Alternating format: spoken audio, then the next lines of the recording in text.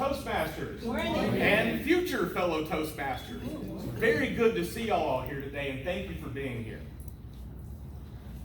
Back in the 90s, George Carlin, the renowned comedian, had a joke that went like this. You see those muscle guys, those macho jocks with the shirt that says lead, follow, or get out of the way. You know what I do? I obstruct. I stand in their way and I make them go around me. Toastmasters is about public speaking first and foremost, but also about leadership. And so today, I would like to ruminate on all those ideas: to lead, to follow, to obstruct, and to get out of the way. I don't think a leader is just a person up in front of the room talking. I think a leader is the person that acts on the courage of their convictions, as long as those convictions are compassionate and sane. And I have to give that qualifier, unfortunately, because so many people these days that think they are acting on the courage of their convictions are bat-crap crazy. Lee Harvey Oswald, James Earl Ray, Mark David Chapman, Timothy McVeigh, the 9/11 jerks, Dylan Roof, all of these people could be said to be acting on the courage of their convictions in the strictest of semantics, but I don't think that's right. I think that leadership is best described by Justice Potter Stewart of the Supreme Court when he said, "You can't really define pornography, but you know it when you see it." I don't consider myself to be a natural-born leader. I really don't. I manage computers for a living. Computers are all binary, ones and zeros. I never want to manage people in my entire life. It's not what I'm built for.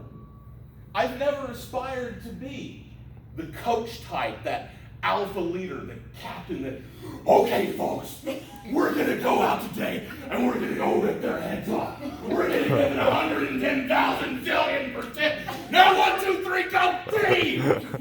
And they go run through a brick wall for me. I've never been the one that's always harder, faster, better, stronger. But every leader needs a support staff. They're called followers. I think I'm a pretty good follower. I'm really tired of that word having a negative connotation. What if the leader and the follower share the same convictions? What if the leader and the follower together are bigger than the sum of their parts? What if I am demonstrating good leadership by being a good team member, by doing my part, by being a good follower?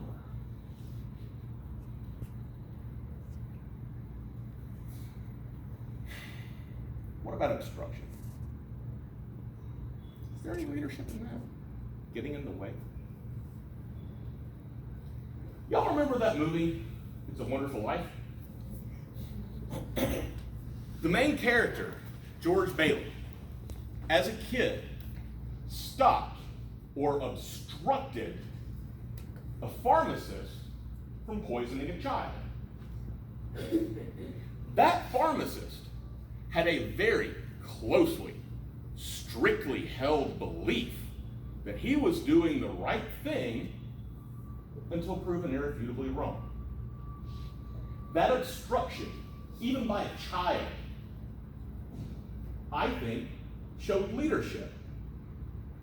George Bailey was beaten to the point of being deaf in one ear for his conviction that he could demonstrably, factually prove.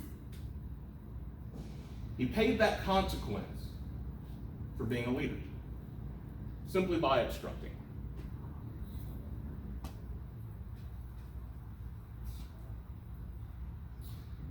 So what about get out of the way?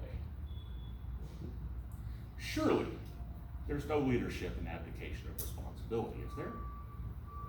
Can there be? When I was 25 years old, I was working my very first IT job. I was tasked with deploying full disk encryption software to about 50, 60 outside salespeople. It seemed simple enough. I wrote my little document. It only had 4 steps, all with screenshots. Click this link, download this file, run this file, type your password.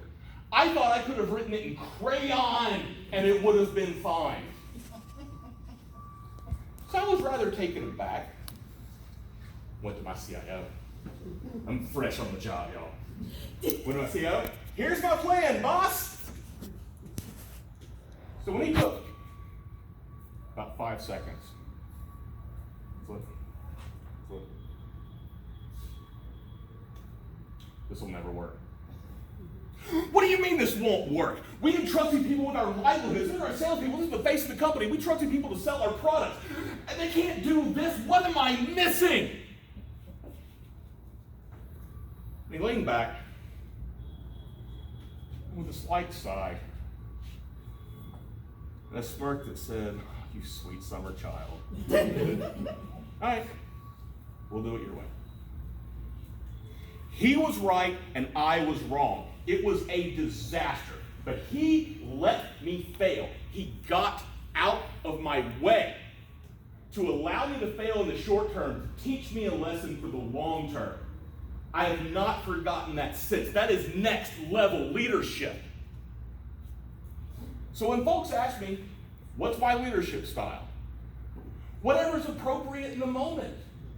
Whether it's leading, following, obstructing, or getting out of the way. It's not that you're doing one of those things. It's the how and the why you are doing that thing. And it's knowing the how and the why that makes you a good leader and a good Toastmaster, even if it's just getting out of the way. Thank y'all for having me.